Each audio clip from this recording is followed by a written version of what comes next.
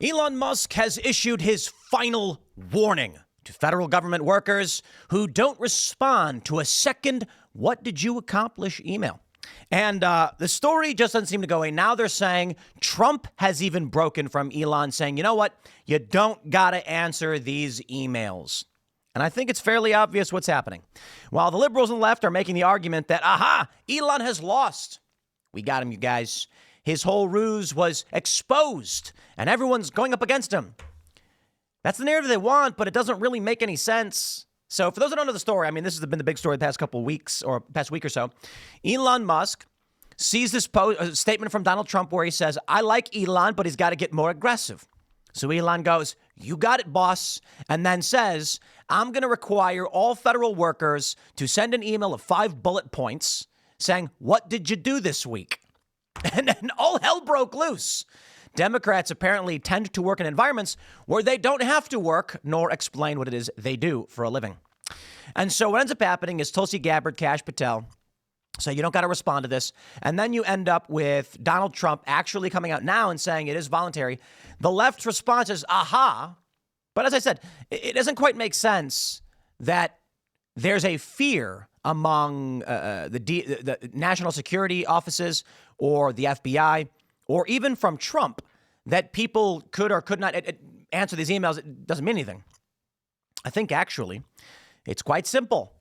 Elon, as he already explained, is trying to figure out which emails are dead. It's actually quite simple. And Thomas Massie has chimed in saying, we've actually done this before in government to figure out where we were wasting money. You know, I think it's fair to say these Democrats, liberal types, don't understand how businesses operate. It's actually quite simple. My friends, it's expensive to have email accounts set up. It is. Okay. I mean, obviously, like one email account isn't that much money, like $10 to $20, depending on your server and what you're trying to get done. But let's say you've got millions of federal workers and you've got a bunch of emails that are active in the server being paid for, and they're not working there anymore. Not only that, imagine there's somebody who left their government position but has maintained a .gov email address that they use for untoward things. So, I mean, I feel like I just broke the whole thing down for you. We can all go home, but sure. We've got an update from last night. Elon Musk issuing his final warning. Let's check it out. Of course, my friends, don't forget, join Rumble Premium for our uncensored Green Room show every Monday through Friday. We have those up. Rumble.com/TimcastIRL and the uncensored call-in show Monday through Thursday. Don't forget to go to castbrew.com and buy coffee because it's really good. Let's start here, ladies and gentlemen. Elon Musk issues final warning to federal government workers who don't respond to a second "what did you accomplish" email. The New York Post says DOGE chief Elon Musk teased Monday that federal workers may receive a second email asking them to list their weekly accomplishments, and the failure to do so would result in termination. The Tesla and SpaceX founder's warning came hours after the OPM, Office of Personnel Management, notified human resource bosses across multiple agencies that responses to emails sent Saturday demanding a list of 5 bullet points detailing what federal workers achieved in the previous 5 working days were voluntary, and that failure to respond would not be taken as a resignation, as Musk has claimed. Yeah, because Musk fired that off kind of off the cuff, right? I don't believe the emails actually ever said that. I think that was Elon's statement. The email request was utterly trivial, as the standard for passing the test was to type some words and press send, Musk wrote on X. Yet so many failed even that inane test, urged on in some cases by their managers. Subject to the discretion of the president, they will be given another chance, he wrote in a separate post. Failure to respond to a second time will result in termination. I still don't believe it, guys. What we are witnessing right now is a game of chess. It's not 3D chess. It's not 4 or 5D chess. I guess technically time does play a role in chess. It's just simple. Okay. They are testing to see which emails don't respond. They will then follow up to see if they're active. They are testing to see if they are, do these people play ball? Now you can frame that positively or negatively.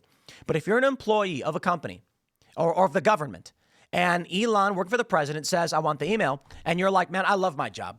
Elon, here's what I'm working on right now. Bang. Then Trump comes out. OPM comes out. Kash, Tulsi. No. You guys don't have to respond to this. And they go, okay, I won't. regardless of whether or not they get terminated, it will red flag all of the people who don't respond. I mean, it's a pretty good idea. To be honest, we here at Timcast should probably do something similar. What are you guys currently working on? I have to say, in my work experience and all of these years in media, I have personally come across instances where the question results in a resignation. I'm not kidding.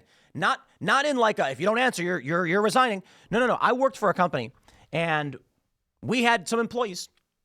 I wasn't a manager of this company, and I'm gonna keep the details thin because I don't want to expose anyone's private stories. But I wasn't a manager, but I did have some staff that were hired, and I remember saying, I don't know what so and so is working on, and then we're like, let's go ask them, and then we asked them like, what have you been working on this past month? And they took their badge off and said, I'm out, and we were like, what? And they're like, yeah, I wasn't doing anything. There are so many people that are just waiting to get fired. They call it quiet quitting. It's been an ongoing trend, and y'all know about it. In fact, I didn't pull it up, but let's pull it up. Let's talk about quiet quitting. This is what I think they are going after largely. I love these articles. Oh man, here, look at this one. This is from Fast Company. Gen Z isn't quiet quitting. They're rejecting outdated leadership. Why companies that fail to evolve will lose an entire generation of talent. Okay, well, the government certainly never evolves. So let's entertain that point, Fast Company. If your company is losing Gen Z talent, chances are the problem isn't them, it's you. The phrase quiet quitting has become a catch-all for blaming Gen Z workers for workplace disengagement. Older generations stereotype them as unmotivated, unwilling to go the extra mile, and too demanding. But here's the reality. Gen Z isn't disengaged. They're just done tolerating bad leadership.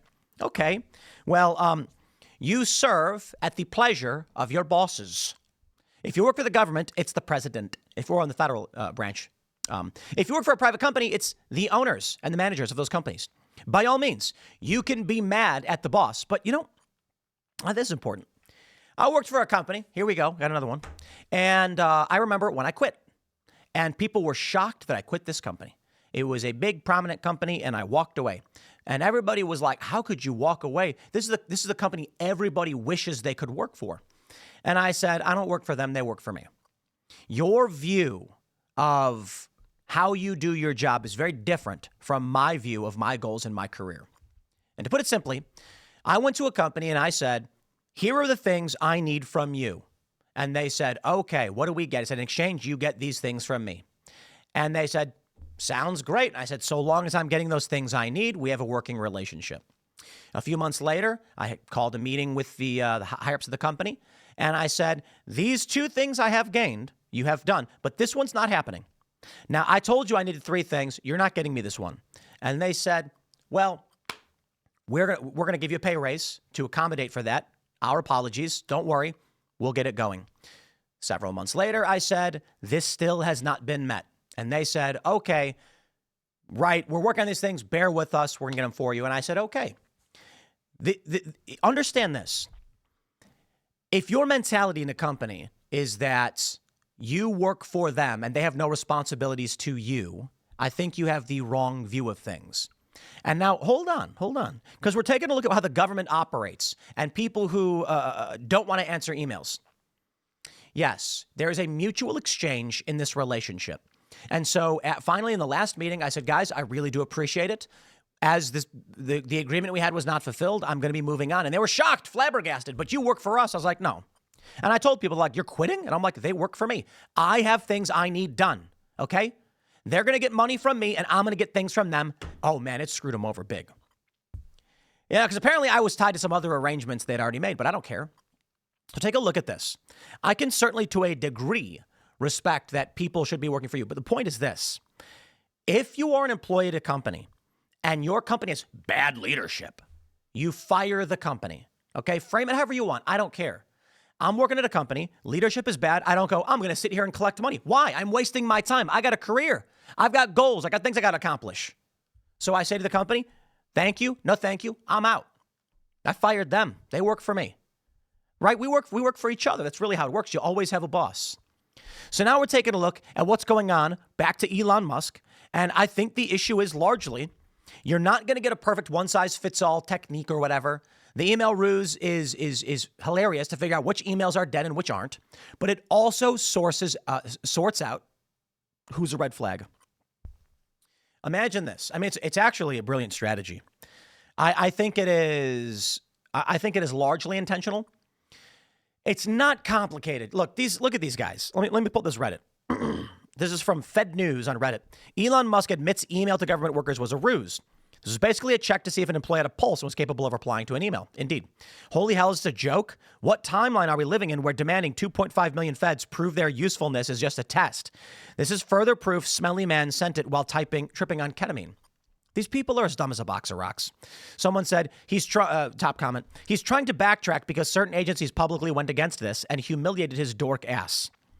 Sure, I mean, maybe. I'm not going to say no, I know for sure, but I think unlikely. It's silly to think. And then you have enough Musk spam. Anyone can disrupt the Elon Musk's email directly. This is not a drill.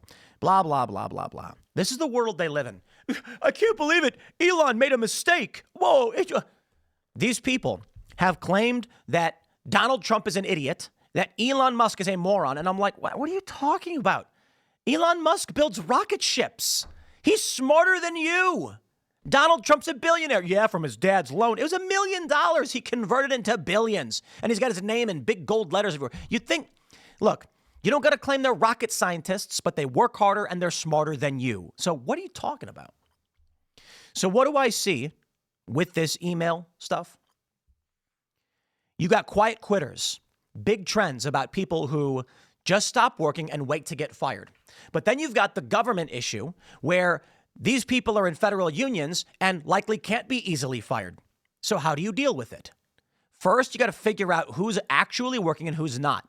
You don't need to actually fire the people because there's probably legal issues. And that was the issue. Anyone who doesn't respond resigns. I'm sure there was a play where it's like, oh boy, if you don't respond, we can just claim you don't work here anymore.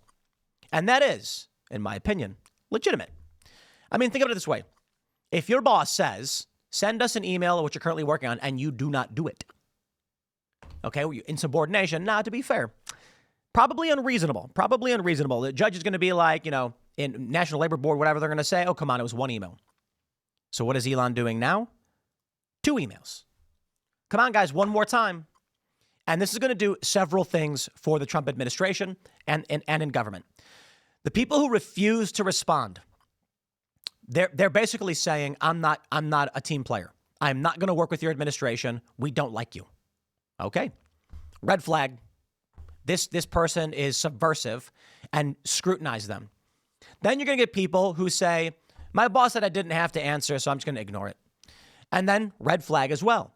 You take a look at these 2 employees, and what do you find? One is subversive, damaging the structure and function of government and stealing taxpayer money by doing nothing. And the other person just doesn't really care and is disengaged. Now, if you don't really care and you're disengaged, you're not a high-level team player. Well, okay, you didn't do anything wrong. You're just not good. And then you've got the people who were told, check this out. Trump says it's voluntary. You don't have to respond. Tons of people then respond to Elon saying things like, I know we don't have to respond, but I really am working hard on these projects. Every day I come and I do this, that, or otherwise. And that's going to be able to it's a sorting algorithm, as it were. A sorting algorithm. The email request was utterly trivial. And Elon Musk has a meme of Achilles, and it's like the greatest bureaucracy in human civilization. And then the arrow in his heel is, in the Achilles heel is, what did you do this week? Subject to the discretion of the president. So we talked about the quiet quitting thing. We have this. The Trump administration, breaking with Musk's directive, says replying to his email is voluntary. The response to Elon Musk's "What'd you do last week?" email to federal employees suggests there may be limits to how far he can push the government's workforce. I mean, are there no people willing to break down and analyze what moves? Okay, I'm just going to say this. These people are as dumb as a box of rocks. It's been the case for too long. Elon and Trump are smart guys. They are driven, passionate, and Elon wants for nothing. The things that Elon wants don't exist, and he has to invent them, okay? I mean, that's technically true for most people. We'd all love to get a jetpack and fly around, but Elon actually has the means to make them. Did it not occur to any of these people in government and in media that there were moves they would make pending the reaction to this email. This is what first ordered thinkers. Well, to be fair, ordered thinking it's really great. I forgot what it's called, but there's a structure of thought. And like the base level is instinct and then reaction. And most people are low ordered thinkers. They don't think beyond one or two steps ahead of themselves what may happen. They're living purely in the moment. Many of these people don't have internal monologues, meaning that they think in abstraction and concepts, which is not a bad thing. But typically people with internal monologues do both. So simultaneously thinking in words while visualizing concepts. And there's limitations but it doesn't mean you're stupid. But I think most of these people in media we call them NPCs. They've never played a game of chess in their lives. And if they did, they'd be like, whoa, you checkmated me. And it's like, well, my queen was right there. You didn't realize that I would just move it and win? It's like, didn't think one step ahead. That's where we're at. You've got people who can think 1, 2, 3, 4, 5, 6, 7, 8, 9, 10 steps ahead. And if you're somebody who calculates your moves, the potential reactions to those moves, you will be successful in business. This is life. Chess, a rudimentary game based on these concepts. So where are we today, my friends? A guy like Elon, Trump, the way they view the world is largely in if this, then that. And how many times can you do this? Quite a bit. The average journalist, liberal, and Democrat does not have this capability. To a certain degree, like Democrat deep state people obviously do. They had schemes against Donald Trump, but Trump did better for a variety of reasons. And the other thing, too, is you can have two people who are equally matched in wit and intelligence, but it's still possible to miss a tactic or technique and underestimate as well. Underestimating your opponent is always a big mistake. So the things they're saying about Trump just show how stupid they are, Trump and Elon. But, you can be like two of the best fighters in the world and you think, I think he's going to go left, but he doesn't. And you weren't necessarily stupid or unskilled to make that prediction and you were wrong about, but these things happen. So what do we have here? Elon and Trump and the rest want to figure out who and who isn't worthy of being fired, where the money's being wasted. And what you end up with is these techniques. Thomas Massie lays it out. He says, when I was a county judge executive in Lewis County, Kentucky, I was responsible for signing the check that paid for every phone, landline, and cell phone bill to the county. At first, it seemed impossible to ferret out the waste, fraud, and abuses for these phone plans. How many phones were taxpayers paying for that were defunct? How many were former county employees who were no longer employed, but had been able to keep their phone and mooch off the taxpayer? Indeed. Was any of it fraudulent or inaccurate billing by the service provider? Oh boy, you betcha. But then I came up with an idea. I told every county department, sheriff, clerk, road crew, jail, etc., give me a list of their phones matched to their county employees or offices. In 1 month, I would deactivate every phone that wasn't on one of those lists. A month went by, and only about 80% complied with the directive to list their phones. I gave them 1 more month and issued a serious warning their phones would be turned off at the end of the next month. Finally, I directed the phone company to deactivate all phones that weren't accounted for. And guess what? The jailer called me up and said the fingerprint machine wouldn't send fingerprints to the state police anymore. Ha! That was the only legitimate phone line that I deactivated. We quickly got it reactivated. I ended up saving our county thousands of dollars on the phone bill, much to the chagrin of the phone company and a few moochers who no longer had free phone plans. I think most of the savings came from phones that just weren't in service, but had been left on the bill. Why do I tell this story? Because that's what Elon is doing by asking federal employees to list 5 things they did in a week. It's brilliant. What he's doing is brilliant. Requiring any kind of an affirmative response from a worker will prove whether that worker even exists and can be reached. Don't forget, the Inspector General for Afghanistan found out we were paying millions for soldiers and police in Afghanistan who didn't exist. There's no telling what Elon's plan will uncover. We will find some employees can't use email or aren't even literate enough to write 5 things. So everyone take a chill pill and write down your 5 things to let us know you exist, and you can read email and you aren't completely insubordinate. Then we can clean the roster. Indeed, my friends. And yet, here we are with the left. No matter what happens, for the love of all that is holy, it's always wrong. Even I can praise Joe Biden for trying to get rid of ATM fees. But here we are. Even I can criticize Donald Trump over TikTok and Charlie Kirk and say they've never given a legitimate reason for their 180 on support for TikTok, and that pisses me off. However, Charlie is doing such tremendous work. I deeply respect him.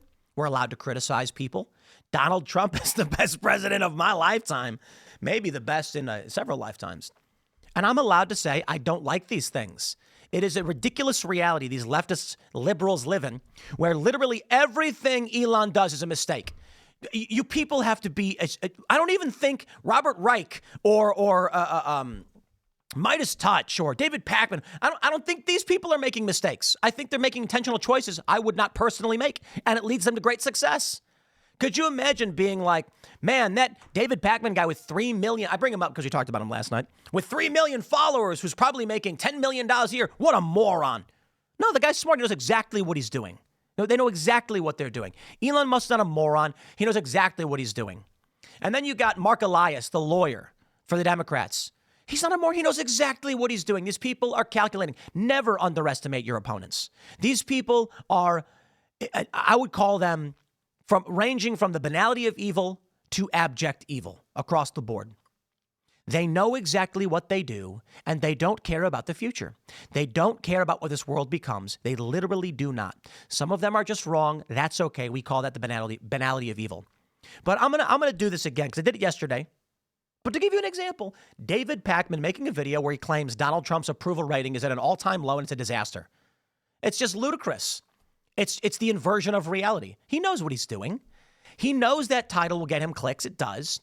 He knows calling Trump in cognitive decline will get him views. He knows that he can put up these things that are clearly not correct or have no basis in reality, and it's going to work. It's the inversion of what we do.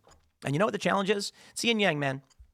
Certainly, I could make videos where I claim similar things about Democrats being, deranged and mentally unwell. But let me put it this way. Joe Biden is discernibly and definitively proven to be in cognitive decline. That wasn't an opinion I just had. And so when we look at the inversion of a Democrat making a video saying Trump is in cognitive decline, he's clearly not. And we said Joe Biden is in cognitive decline. I know he's not president anymore, but the point is, last year during the election, this is the game that was being played. You, as the average person entering the political arena, you're going to say, well, who's right? I mean, the Democrat guy saying Trump's out of his mind, and the disaffected liberal guy, whatever you call me, is saying Biden's in cognitive decline. Joe Biden said Trina Shabbat pressure, Batacaf care, next no resent, et cetera, et cetera. Now you've got journalists and other personalities coming out saying we knew he was in decline. Donald Trump, nothing. He's an old man, so there's some degree of decline there, but he seems to be quite functioning, and his plans seem to be working very well. And then to claim that Elon Musk, everyone's breaking from him. It's not working. It's like, you make a move. Imagine playing chess, and then you're like, bird's opening, move your pawn up a little. I'm not a big chess player. I do play chess, though. You're like, I'm going to move my pawn here. And then immediately all the Democrats are like, wow, that was really dumb. I can't believe you just moved that pawn there. Your plan failed. And you're like, you haven't even seen my plan. And then they move their pawn, and you change and adapt your strategy. The world is not based upon, I hope I can move my pawn up here and then take your knight. Oh, no, he moved his knight. Well, duh. We always expected it to be a possibility, and so we have counter moves planned in advance. Live in your stupid world. These people are allowed to do it, whatever. We're winning. The country is changing. We'll see how things go. Big tech is still propping up people who lie, cheat, and steal, so we'll see. We got more segments coming up. Stick around, and we'll see you all shortly.